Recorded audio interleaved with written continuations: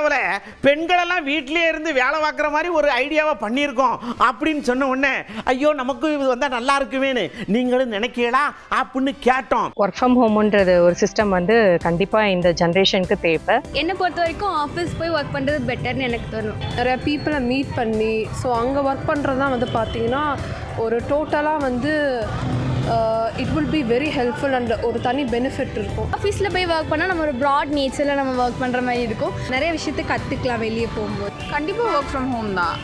ஏன்னா நமக்கு வந்துட்டு வீட்டையும் பார்க்கலாம், அதே மாதிரி ஒர்க்கும் பார்க்கலாம். வீட்டிலே வேலை செஞ்சுட்டு இதுவும் பார்க்குற மாதிரி எல்லா வேலையும் ஒரே இதாக பார்க்குற மாதிரி இருக்கும். குழந்தைங்களையும் நல்லபடியாக கவனிச்சுக்க முடியும், அதே நேரத்தில் அவங்களுடைய வேலையிலையும் கவனம் செலுத்த முடியும்.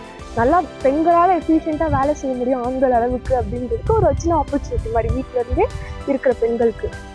படிக்கிறதே வந்து வெளியே போகிறதுக்காக தான். வீட்டில் இருந்து ஒர்க் பண்ண போகும்போது பார்த்தோன்னா ட்ரபிள் த ப்ரெஷர் வரும். பிள்ளைங்களை இப்போ அவங்க வேலையை செஞ்சிட்டு இருக்கும் போது அம்மா வீட்டில் இருக்காங்களேன்ற ஒரு ஆசையில் அட்வான்டேஜ் எடுத்து அம்மா அதை கொடுங்க இதை எடுத்து கொடுங்கன்னு சொல்லுவாங்க.